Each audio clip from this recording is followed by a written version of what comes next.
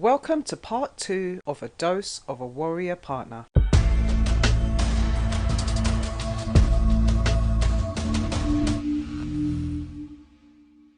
I would like to welcome my special guest today, Jeff. He is a partner of somebody who lives with chronic illnesses. Hi, Jeff. Hi, Cassandra. How are you doing? Thanks for having me. I'm doing great, thanks. How are you? I'm doing wonderful. Brilliant. Thank you so much for joining me today.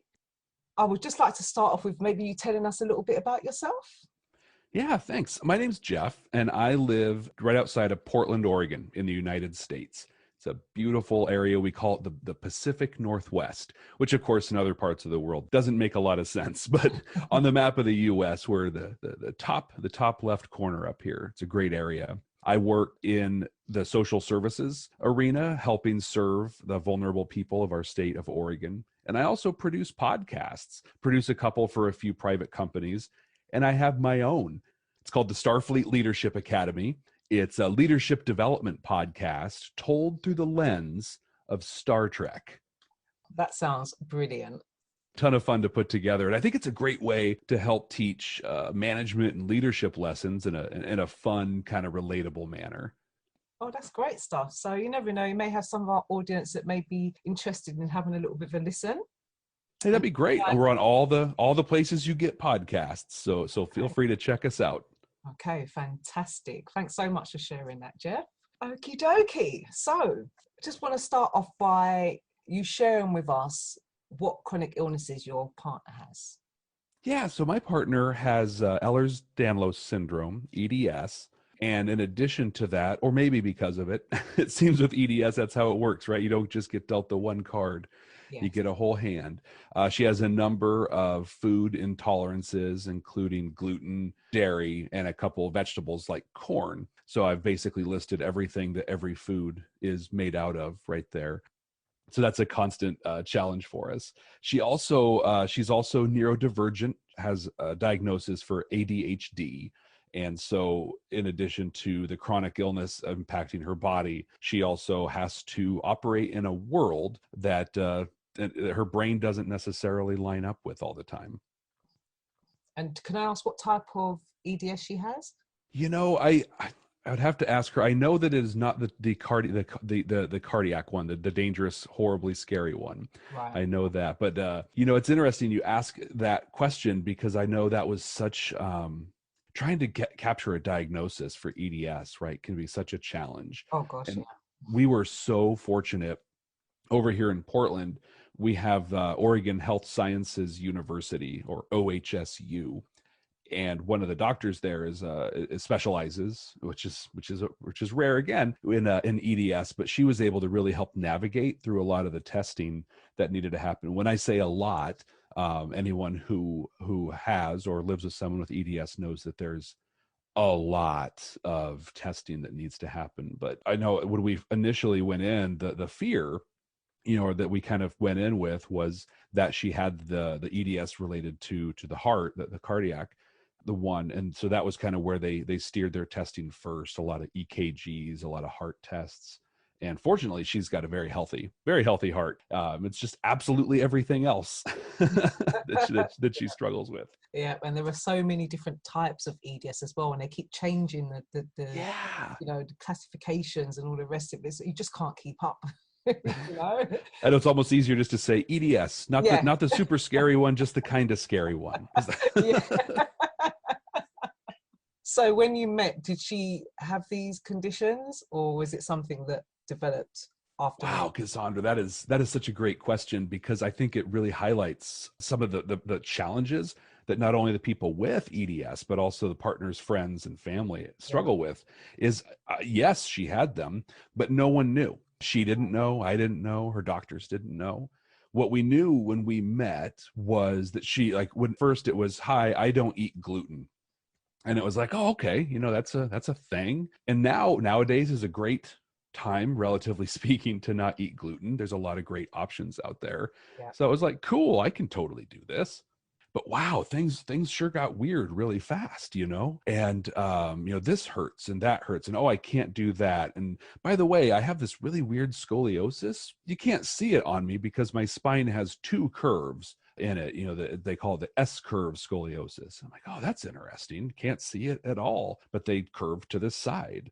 So all of that just kind of started leading to what she had continued her whole life, but now I got to go with her, and you go into doctor after doctor after doctor and just getting, I don't know, garbage I don't even know if diagnosis is the right word, but garbage treatment after garbage treatment.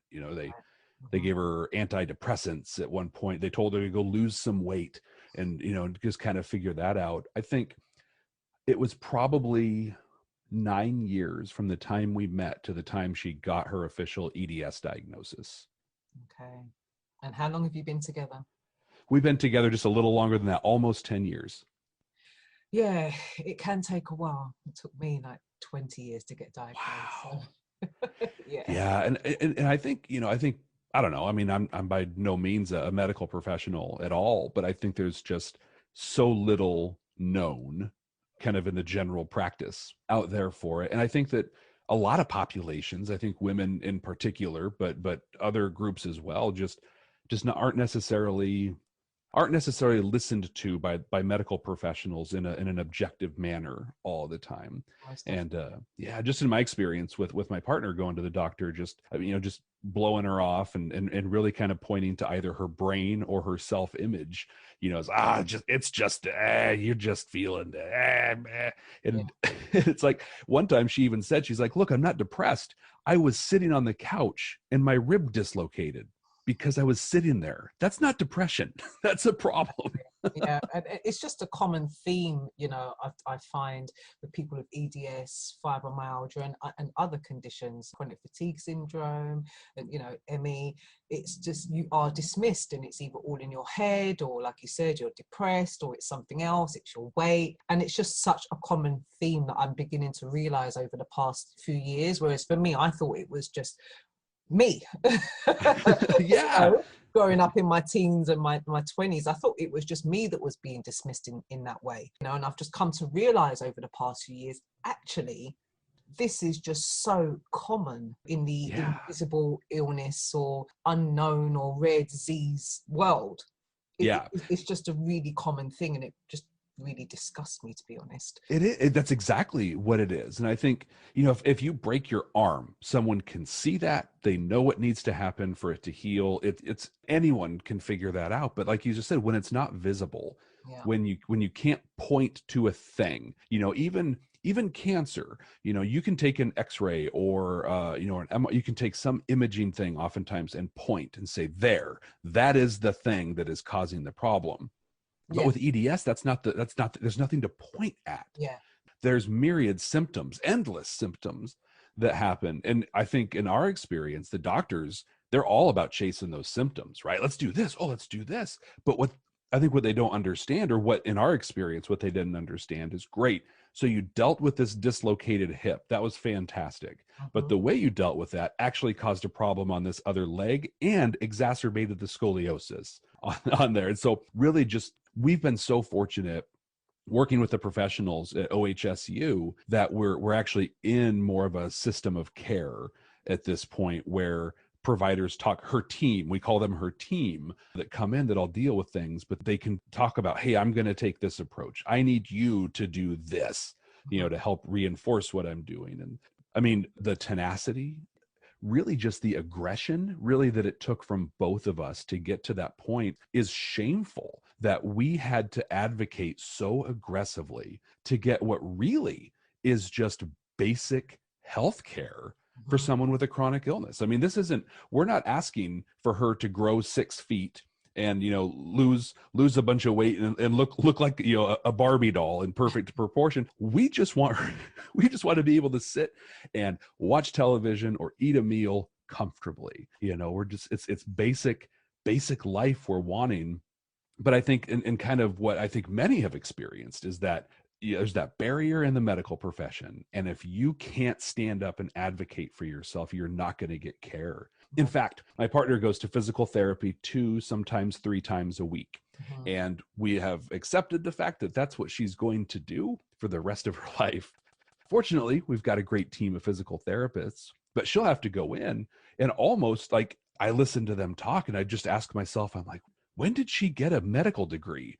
how Have how to is have she, one. Yeah. right? Yeah. It's like, how can you have this vocabulary? How can you have this conversation? But you have to educate yourself to that point just to be able to advocate for yourself. You really do, because otherwise, as you said, they dismiss you. They work on what they think is important rather than what is actually important for you.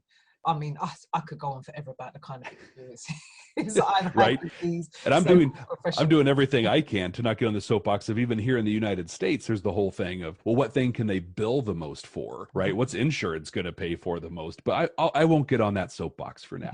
Yeah, we'll leave that for another time. Yeah, it's a whole different topic.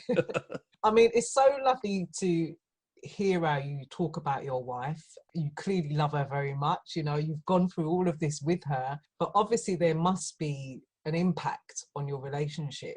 Are you happy to share with us what kind of impact her illnesses have? Yeah, absolutely.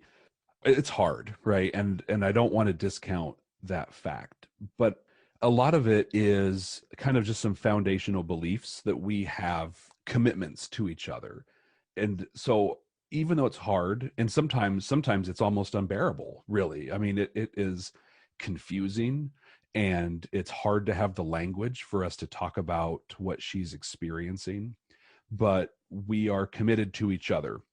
When we got married, we believed that we became a team. It's we're all for one, sort of a thing. And so, in the marriage vows, they say, for better or for worse, in sickness and in health. Well, sometimes we're in both sickness and worse at the same time, Yeah. and that's part of what we agreed to.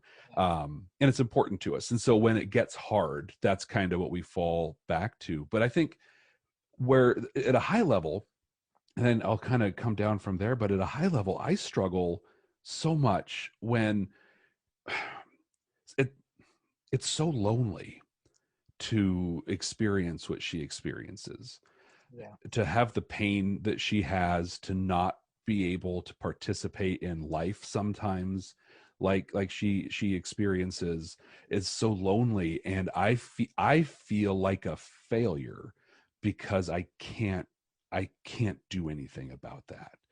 Um, and that's hard for me. And where I struggle a lot is, I don't want to make it about me, right? This is her illness. This is her body, her life. But we're still a team, and so we have to support both. But there are times where I just feel like an abject failure. And that's a me thing, like I was just saying, but it makes it difficult. Yeah. But what really lead to those are things like, in fact, just this past weekend, we were going to try and get a couple things done around the house. And so we're going to ease into our morning, enjoy our coffee, just kind of do stuff. And then we're going to dive in, and we're going to organize, clean. And we were actually painting our bathroom, and super fun, right? Great way to spend the weekend. Yeah.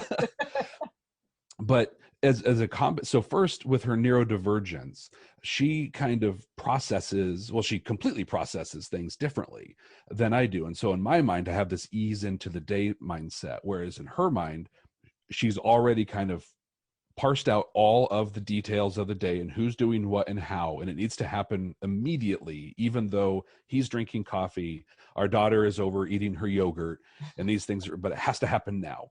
Yeah. And so she kind of comes in, this needs to happen. And okay, well, right now we're not all where you're at right now, so let's do this. Okay, so that kind of starts the day. And then as it progresses, we're painting. And I remember, she just lifts her arm slightly above shoulder level to do some painting. You hear a little click. Mhm. Oh, her shoulder came out. Mhm. And there goes our day right now. Oh, now we got to go down. We're going to go to our urgent care so we can get that put back in. And so we just start the day with one plan, completely changes Yeah. as it progresses. That sounds like a familiar story. Right. Yeah. I don't think I'm saying anything that anyone's not aware of. But it really touched me when you were speaking about your wife and your relationship, and the fact that, you're in it together. It really, really touched me, and you're both very blessed to have each other. you know. Thank you. I agree. I Yeah. don't know your wife yet. Well, and that's the thing, right? She's an incredible person. And one of the reasons I'm excited to be talking with you today and your listeners is I think that's the thing that we have to remember as partners of these chronic warriors is that they're amazing people. Like I chose to be with her, and it's like, okay, so there's stuff that happens, but she's still amazing. Gosh, I am the lucky one in this equation, to be able to spend my life with her. And so, yeah, I'm gonna work extra hard. I'm gonna do what I can to help try and make things better. But there are challenges, I mean, and challenges is such a small word for what it is. It's hard. Yeah, most definitely. It's great that you can be honest and say that it's hard, because it is. And I think denying that it's hard for you and for your wife and for you as a couple would just be a lie. It's And hard. not fair. By me minimizing how hard it is, it steals her truth from her, because if it's hard for me, it's much harder for her. Or maybe it's not much harder. It's harder in a much different way. Yeah. For me to say, yeah, that's no big deal, it's fine, completely minimizes what she's experiencing. Yeah. So how do you think, as a couple, what are the key things that you do to get through every day, get through the injuries and the flare-ups and all the other things that come with the conditions and the illness? It's really communication, right? Actually, I'd say two things: communication and assuming positive intent. When she's in pain or something is dislocated or she can't stand up, all of a sudden I can't get angry at her for that, right? She doesn't have a negative intention. She's not getting up because she doesn't want to. So I have to start from a place where I assume that positive intent. And then from there, if I'm angry about that, if I'm frustrated by that, I have to say that and I have to communicate. And then she has to assume my positive intent in there. And so it's really being able for her to be able to break down and say, when she says, I'm lonely, I feel completely alone in this. And then for me to not take that personally, because I'm going to her appointments, I'm sitting in on her telehealth phone calls, and I'm like, how can you be alone? I'm right here. But it's not the same. And she's not saying that in a negative way. I think where that gets hard, her chronic illness dramatically impacts our intimate relationship. Mm-hmm. And there are times where things stop at a point, for her health and for her safety. And that's hard. That's frustrating. But by assuming positive intent and just being able to communicate about it, then it doesn't mean you have to be okay with it. Yeah. But you understand, and you don't hold. I think that's the key thing in all this. We don't hold things against each other. Okay. I mean, that's just such a wonderful philosophy, all of what you just said. And I think it's a great message for couples out there who are in similar situations. I think that's absolutely brilliant. I love it. Thank you. Well, I think too, and again, on the parenting side, I think, we have a young daughter, and so a lot of times, and that's how we will put things in context, is there's a chance through as she gets older that our daughter will find that has EDS or something, or a form of neurodivergence or something. Yeah. And so we have an opportunity outside of just, preventative care for her and looking at things, but we also have an example, and this is where it gets super powerful. I think it's great that my partner and I treat each other well and support each other, but we're setting the building blocks and setting the example for what her life will be. And so when she gets older, she has chronic illness, she's not going to accept a partner who gives less than what I give. She's not going to accept someone who won't let her be all of herself for things. And so I think that's a thing too that really helps us, is we know that our behavior, our actions are paving the road for her entire life. Yeah, which is so important. Yeah, I think that's fantastic. And to be forward thinking in that way, because when you have children, you kind of have to be anyway. You're thinking about, okay, well, we are setting a precedence here for our daughter, and showing her an example of what she should be willing to accept. Yeah. And nothing less. Hopefully more. Yeah. Yeah. Most definitely. Yeah. Great stuff. Thank you. So you've got a very, very lucky daughter also. I mean, hopefully she won't be developing these illnesses, but exactly. if she does, at least she's got something to work from.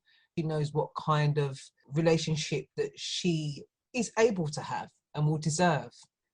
And a really great example there is recently, I'd say in the last couple of months, my partner's medical team have decided that she needs to wear a brace around her torso. Mhm. We call it her armor because it's a large brace. It's very uncomfortable for her, but she's got a great team, supporting. They do adjustments, and there's been some measurable benefits to it. But was hard for her was to come home to me and our daughter with this big plastic brace on. Mhm. I mean, I think we've all seen in movies and television, the girl wearing a brace and how everybody makes fun of them. And it's usually high school, right? That Yeah. kind of stuff is happening. But that's the mindset you go in with. Like, they don't make braces. Like, she's not in a brace like those in the movies. It's much more, it's easier to, wear a shirt over or whatever. Mm. But including our daughter in the activity of putting the brace on, taking the brace off, talking about why she's wearing it and stuff. Now it's not this weird thing. It's actually like I don't want to say it's a fun family activity. It's not, but it is a family activity. It's a thing we do together. And so it's just a way that we're all supporting our total family instead of like, ha ha, mom wears a brace, Yeah. sort of a thing, which I think was almost, that is where it started, really. Was she thought it was hilarious and let's make fun of mom, sort of a thing, because it's different. And Right. so being able to kind of manage that down into a different approach of like, no, this is doing amazing things for your mom. And hey, we can have fun doing, look how loud the Velcro is. This is so fun to do these things. And just kind of repurposing her experiences in a way that make them more routine and Yes. more, and I don't like to use the word normal, more typical for what happens in there. But also, again, and this is where, again, it gets hard for me, is we'll go through that, but that's not always what my partner wants to hear, or wants to experience. And so then I have to be able to get that feedback from her where she's like, yeah, I don't like it when you call that my armor. I don't like that. And Right. I'm like, oh, okay, then period. That's off. That's out of the vocabulary, Yeah. right there. Yeah. Would you say that you've learned anything about yourself from Oh, yes. There's a book, and I should be able. It's very popular, I guess. But the five languages of love Oh that's yes, I've out got there. that book. Yeah, I think Yeah. I think everyone has had some intersection with it at some point. Yeah. And what I have found is that I now have to learn to speak all five of those, Right. and I have to learn to be, and five or more, and I have to be able to accept them as well. I'm not by design a very patient person. I work in management, right? So I'm about results and results now, Mhm. sort of a thing. And I have found that that's not good for this relationship. But I found that I have the flexibility, to do those things and to be able to kind of point my self-talk in a direction that when she does a thing that doesn't translate for me, and as far as a love language goes, I can stop, use my self-talk to say, okay, what was her intention? What was she? Okay, she was trying. Okay, oh, that was a nice thing. She meant that in a super good way. But I've also found that for myself personally, I have become a little more introverted than I was before. I need more time with just myself to kind of recharge myself, where when she and I first met and prior to that, I was very much about going out with friends or being part of a group and kind of getting my energy that way. And I think I expend a lot of energy now in supporting her in a way that now I just need me time to kind of be like, oh, I can breathe. I can, kind of recenter myself a little bit. And I'm lucky she supports that. But that's been a big aha for me. Just that working with her, living with her, and supporting her has changed my makeup a little bit, and I'm okay with that. I think that's would be a challenge for some people who really strongly identify, I'm extrovert and that's who I am and what I do. But we have to have that flexibility to be able to support the person and the situation that we're experiencing. So do you find that, I mean, you said you're okay with it. Do you find that it's impacted your friendships? Wow. Yeah, actually. Yeah. there are some people we don't really hang out with anymore, that kind of I brought into the relationship, and we would do more active things or going out things. And the current the pandemic situation we're in hasn't helped Yeah. that at all. But even before that, yeah, definitely there were some relationships that just kind of faded away. I can't think of any that were negative, like nobody had, was mean or had negative things to say. But I can think about, actually, now as I'm thinking about it, quite a few that just kind of faded away. Yeah. Right. But then I guess I also say reason, season, lifetime. Yeah. Anyone that's in your life, I guess it is what it is, and what's meant to be will be. I mean, that's a big part of how we think of it. I also think about it in terms of, if I have a friendship or a relationship that's based on an activity, which many of our relationships are. Hey, we do this thing and we do this thing together, and then you don't do that thing anymore. Then, I mean, that the thing you had in common isn't a thing anymore. And so it's not bad. There's no hard feelings. It's just like, I think kind of, it just kind of fades. And that's life. That happens to all relationships in there. There's just, I can think of a couple off the top of my head that I can point at my relationship with my partner and say, oh yeah, I think it probably faded, at least partly, because of that. Yeah. Right. Okay. So on a slightly lighter note, would you say, are there any sort of quirky or weird things your partner does because of her conditions? Like, for example, I've got to have my pillows, they've got to be a certain amount of density, they've got to be in a certain position for me to go to sleep. And if they're not in the right position, it could mean that something subluxates in my sleep or whatever. And at first my partner used to just think, what on earth are you doing, woman? But now he gets it.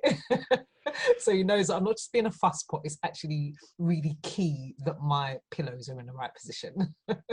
Oh, I know that pillow situation. They're in the right place. And this is the thing and it's so weird to say, but it's like, in my mind, I'm like, yeah, that's not what you do with the pillow. Like, that's not how you're supposed to put it here and lay there. And she's like, no, I do it like this. Like I used to make cracks where I'm like, if you laid your head on a pillow, like you're supposed to, but it's like, yeah, nope, she's not supposed to. But I think the biggest thing that I think is, well, one, it's funny for us to see, but it also is like, oh my gosh, she's such a better person than I am, is the constant stretching that'll happen. So she's extremely hypermobile, and it has to feed into that, right? Like if she just sits still, I don't know, it just doesn't feel good. And so we'll just be, watching television or whatever, and then she just gets on the floor and lays down and pulls her leg up over the side of her head and wraps herself up in a thing. No setup for it, no nothing. Just, I'm just relaxing, just do it. That's just kind of normal for us. Yeah. I have to be in this position now for a while. This position that your brain couldn't imagine before this. I just have to do that. Yeah. But that's always a fun one.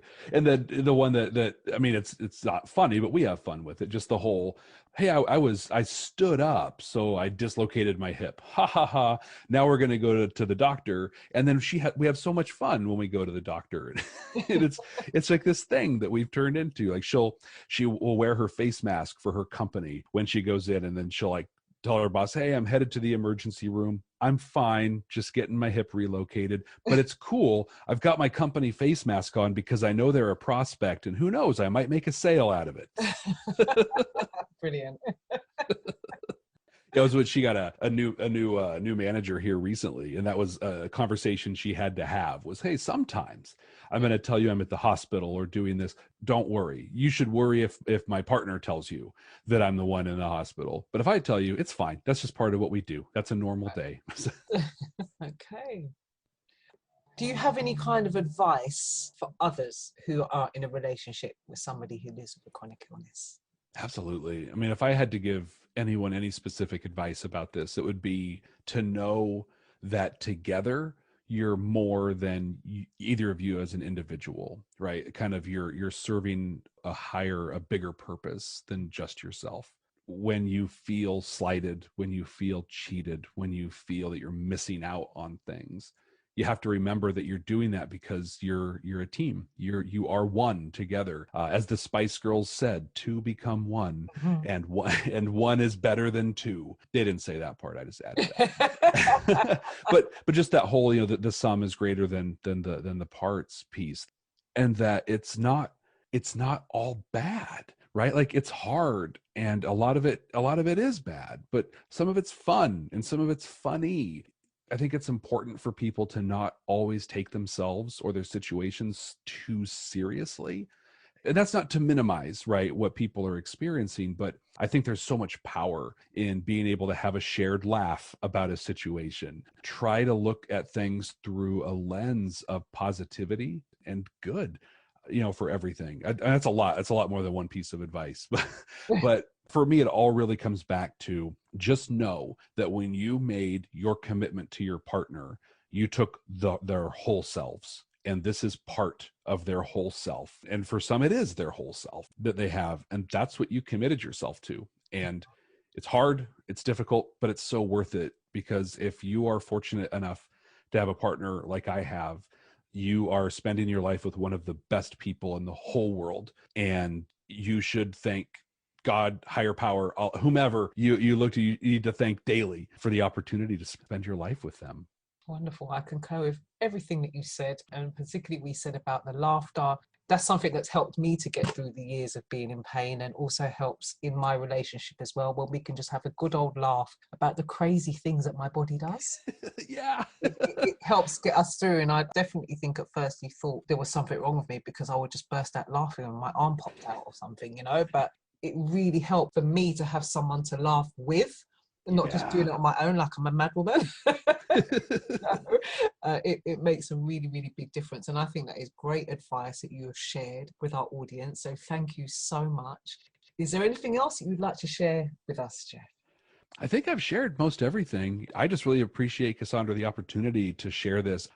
Chronic illness is real and it's hard. And together, right, together we can not only help each other get through it, but it's a lot harder for the massive medical industry complex. It's a lot easier for them to ignore a handful of people with chronic illness who are making noise, as opposed to the teams of us that can come together and not tolerate being told that you're just depressed or you're just fat or you just need to get over it.